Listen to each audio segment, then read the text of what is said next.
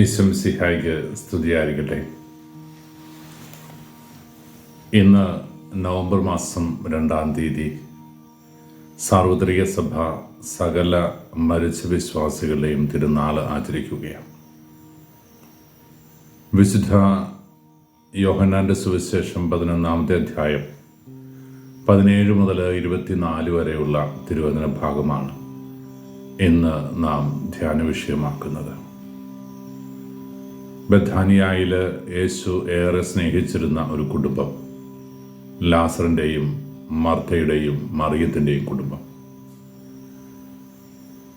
മറിയത്തിൻ്റെയും മർത്തയുടെയും ഏക സഹോദരൻ ലാസർ രോഗബാധിതനായി മരണത്തിന് കീഴടങ്ങിയപ്പോൾ ദൈവത്തിൻ്റെ മഹത്വം വെളിപ്പെടുത്താനുള്ള അനുഗ്രഹത്തിൻ്റെ നിമിഷമായിട്ട് ആ സംഭവത്തെ യേശുനാഥൻ മാറ്റുകയാണ്. മരിച്ച് ഗുഹയ്ക്കുള്ളിൽ 4 ദിവസം വച്ചിരുന്ന മൃതദേഹം ചീഞ്ഞ് അളിഞ്ഞ് ദുർഗന്ധം വരുത്താമായിരുന്ന ഒരു ശരീരം കർത്താവ് അത്ഭുതം പ്രകടിപ്പിച്ച് ലാസറെ പുറത്തു വരൂ എന്ന് പറഞ്ഞ് അവനെ പുറത്തേക്ക് അനയിക്കുക വഴി താൻ പുനരുദ്ധാനവും ജീവനുമാണ് എന്ന് ഉറക്കെ പ്രഖ്യാപിക്കുകയാണ് യേശുനാഥൻ. തങ്ങളുടെ പ്രിയ സഹോദരൻ മരണമടഞ്ഞതിനെ കുറിച്ച് മർത്തയ്ക്കും മറിയത്തിനും ഈശോയോട് പറയാൻ ഒന്നേ ഉണ്ടായിരുന്നുള്ളൂ: നീ കൂടെ ഉണ്ടായിരുന്നെങ്കിൽ, നീ ഇവിടെ ഉണ്ടായിരുന്നെങ്കിൽ ഞങ്ങളുടെ സഹോദരൻ മരിക്കില്ലായിരുന്നു. പ്രിയപ്പെട്ടവരെ, പള്ളിക്കുദാശ കാലത്തിലേക്ക് സഭ പ്രവേശിക്കുന്ന ഈ ദിനത്തിൽ വ്യത്യസ്തമായ ഈ ആശയങ്ങൾ നമ്മുടെ ഹൃദയാന്തരാളങ്ങളിൽ കോറിയിടേണ്ട കുറേ വ്യത്യസ്തമായ ചിന്തകളുണ്ടല്ലോ. മർത്തയും മറിയവും പറഞ്ഞ പരാമർശം ഏറെ ശ്രദ്ധിക്കപ്പെടേണ്ടതാണ്. നീ കൂടെയുണ്ട് എങ്കിൽ ഞങ്ങളുടെ സഹോദരൻ മരിക്കില്ല. നീ ഉണ്ടായിരുന്നെങ്കിൽ അവൻ മരിക്കില്ലായിരുന്നു. നീ ഇല്ലാതിരുന്നൊരു നിമിഷം അവൻ മരണത്തിന് കീഴടങ്ങേണ്ടി വന്നു. പ്രിയപ്പെട്ടവരെ, ക്രിസ്തു കൂടെയില്ലാത്ത ഓരോ ക്രൈസ്തവ ജീവിതവും മൃത തുല്യമാണ്. ജീവിച്ചിരിക്കുന്നു മരിച്ചതിന് തുല്യം. ദൈവം കൂടെയില്ലാത്ത ഓരോ ജീവിതവും ഇങ്ങനെയാണ് എന്ന് നാം തിരിച്ചറിയണം. If Jesus is with me, I am powerful enough. തമ്പുരാൻ കൂടെ ഉണ്ടെങ്കിലാണ് നമുക്ക് എന്തും ചെയ്യാനുള്ള ആർജവത്വം ലഭിക്കുക. കുഞ്ഞുങ്ങളെ പോലെ ആകണമെന്ന് ഈശോ നമ്മളെ പഠിപ്പിച്ചപ്പോൾ ഈശോ നമ്മുടെ ഉള്ളിൽ കോറിയിട്ട ചിന്ത അത് തന്നെയാണ്: തമ്പുരാനോട് കൂടെ ആയിരിക്കാൻ. സങ്കീർത്തകൻ പറയുന്നുണ്ടല്ലോ, കർത്താവ് ഭവനം പണിയുന്നില്ലെങ്കിൽ പണക്കാരുടെ അധ്വാനം നിഷ്ഫലമാണ്.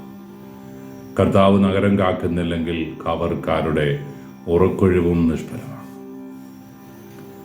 നമ്മുടെ ദൈവം നമ്മോടൊത്തുണ്ടാകണം. പ്രിയപ്പെട്ടവരെ, അവൻ അകലങ്ങളിലായാൽ, അവൻ എൻ്റെ കുടുംബത്തിൽ നിന്ന്, എൻ്റെ വ്യക്തി ജീവിതത്തിൽ നിന്ന് അകന്നിരുന്നാൽ എൻ്റെ ജീവിതത്തിൽ അനുഗ്രഹങ്ങൾ ഉണ്ടാകില്ല എന്ന് തിരിച്ചറിയാൻ നമുക്ക് സാധിക്കണം. ദൈവത്തെ മറന്ന്, ദൈവസന്നിധി വിട്ട് ഓടിയകന്ന് ക്രിസ്തു മാർഗത്തിൽ നിന്ന് ഭ്രംശിച്ചു പോകുന്ന എല്ലാവരുടെയും ജീവിതത്തിൽ ഈ ദുരന്തം പതിയിരിക്കുന്നു എന്ന് നാം തിരിച്ചറിയണം. അങ്ങനെ തമ്പുരാനെ ഉപേക്ഷിച്ച് ലോകത്തിൻ്റെ വഴിയിലൂടെ കടന്നുപോയ പലരുടെയും ജീവിതങ്ങൾ നമ്മുടെ മുമ്പിൽ എഴുന്നു നിൽക്കുന്ന മാതൃകകളാണ്, ഉദാഹരണങ്ങളാണ്. എപ്പോഴൊക്കെ ആരൊക്കെ ദൈവത്തിൽ നിന്നാകുന്നു, ഇന്നല്ലെങ്കിൽ നാളെ അവൻ്റെ ജീവിതത്തിൽ അനിഷേധ്യമായ ഒരു ദുരന്തം കടന്നു വരിക തന്നെ ചെയ്യും. അതുകൊണ്ട് നാം കർത്താവിനോട് കൂടെയാണ് എന്ന് ഉറപ്പിക്കാം. കർത്താവ്, നീ കൂടെയുണ്ട് എങ്കിൽ എന്നെ പാപത്തിന് കീഴടക്കാൻ, പ്രലോഭനങ്ങൾക്ക് വശംവദനാക്കാൻ ദൈവമാർഗത്തിൽ നിന്ന് മാറ്റിവിടാൻ സാധിക്കില്ല എന്ന തിരിച്ചറിവ് നമ്മുടെ ഹൃദയത്തിൽ നമുക്ക് കോറിയിടാം. മർത്തയോട് യേശു പറഞ്ഞു, ഞാൻ പുനരുത്ഥാനവും ജീവനുമാണ്. മരണത്തെ കീഴടക്കി നിത്യതയിലേക്ക് നമ്മളെ കൈപിടിച്ച് അനയിക്കാൻ ഈ ലോകത്തിൽ അവനല്ലാതെ മറ്റൊരു ശക്തിക്കും സാധിക്കില്ല എന്ന തിരിച്ചറിവ് നമുക്കുണ്ടാകണം.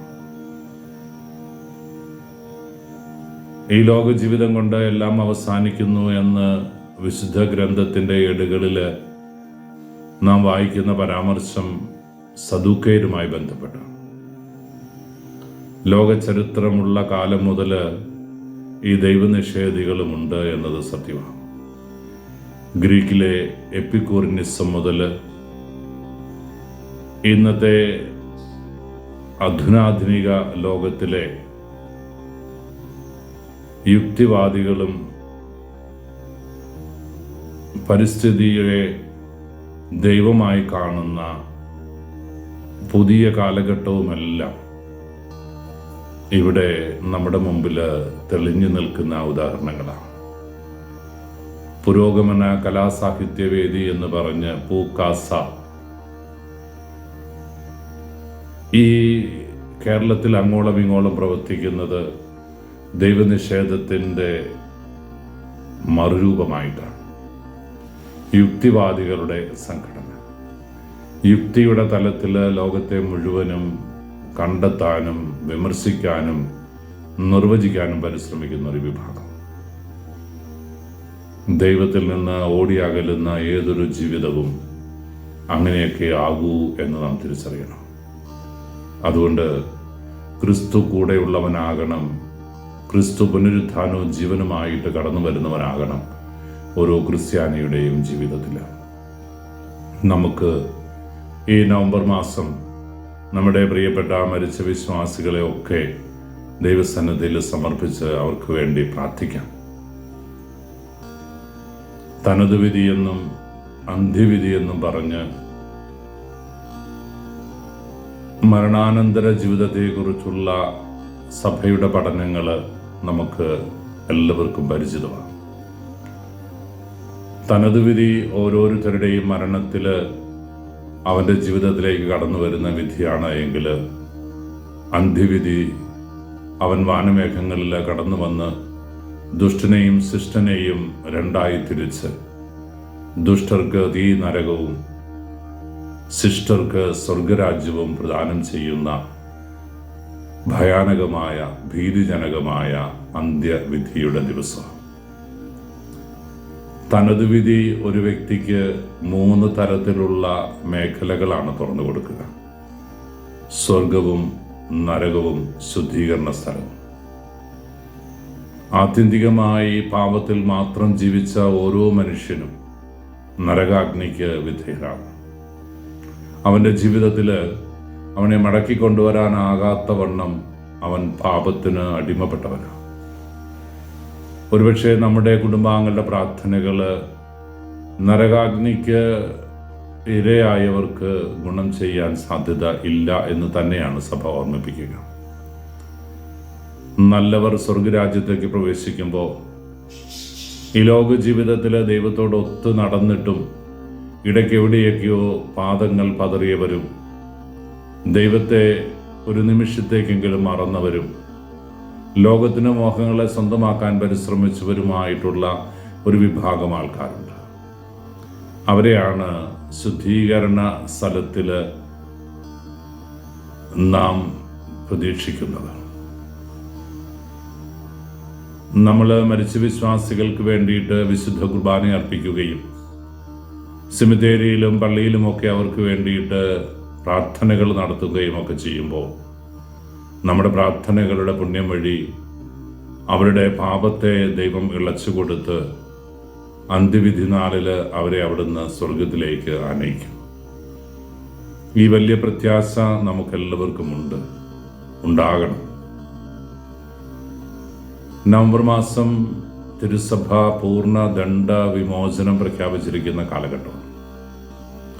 ശുദ്ധീകരണ സ്ഥലത്തിൽ പീഡ അനുഭവിക്കുന്ന നമ്മുടെ പ്രിയപ്പെട്ടവർ സ്വർഗരാജ്യത്തിലേക്ക് കടന്നു പോകാൻ ഈ ലോക ജീവിതത്തിൽ അവർ കടന്നുപോയ വഴികളിൽ എന്തെങ്കിലും കുറവുകളും വീഴ്ചകളും ഉണ്ടായിട്ടുണ്ട് എങ്കിൽ അത് മക്കൾക്കും കുടുംബാംഗങ്ങൾക്കും എല്ലാം വളരെ കൃത്യമായിട്ട് അറിയാം. തങ്ങളുടെ പ്രിയപ്പെട്ടവർ ഈ ലോകത്തിൽ നിന്ന് കടന്നു പോയപ്പോൾ ദൈവത്തെ എത്രമാത്രം ചേർത്ത് പിടിച്ചുവെന്നും ദൈവകോപത്തിന് എത്രമാത്രം ഇരയായിട്ടുണ്ടെന്നും ദൈവത്തോടുള്ള നീതിബോധത്തിൽ എത്രമാത്രം ചേർന്ന് നിന്നുവെന്നും ഒക്കെ നമുക്ക് കൃത്യമായി ബോധ്യമുണ്ട്. നമ്മുടെ പ്രാർത്ഥനകൾ വഴി അവരെ അന്ത്യവിധി നാളിൽ അവൻ സ്വർഗരാജ്യത്തിലേക്ക് കൂട്ടിക്കൊണ്ടു പോകണം. ഇത് നമ്മുടെ പ്രത്യാശയാണ് എങ്കിൽ പ്രിയപ്പെട്ടവരെ, സഭ പ്രഖ്യാപിച്ചിരിക്കുന്ന പൂർണ്ണ ദണ്ഡവിമോചനത്തിലേക്ക് നമ്മുടെ മരിച്ചുപോയ പ്രിയപ്പെട്ട കുടുംബാംഗങ്ങളെ ആനയിക്കാൻ നമുക്ക് സാധിക്കണം.